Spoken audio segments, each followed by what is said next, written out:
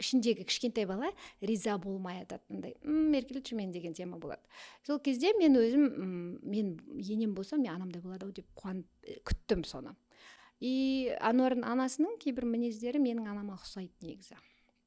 Мен жақсы келін болдым, орамалмен жүрдім.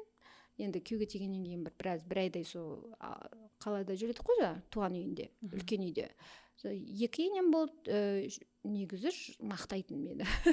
Болатын даже енді біз Қызылордақтармыз, палау істейміз. Болады бір асқа бір палау тосып қалды бір рет.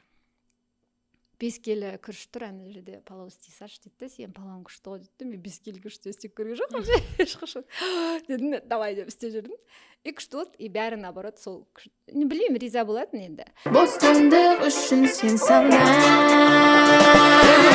Керек теңдік, еркіндік керек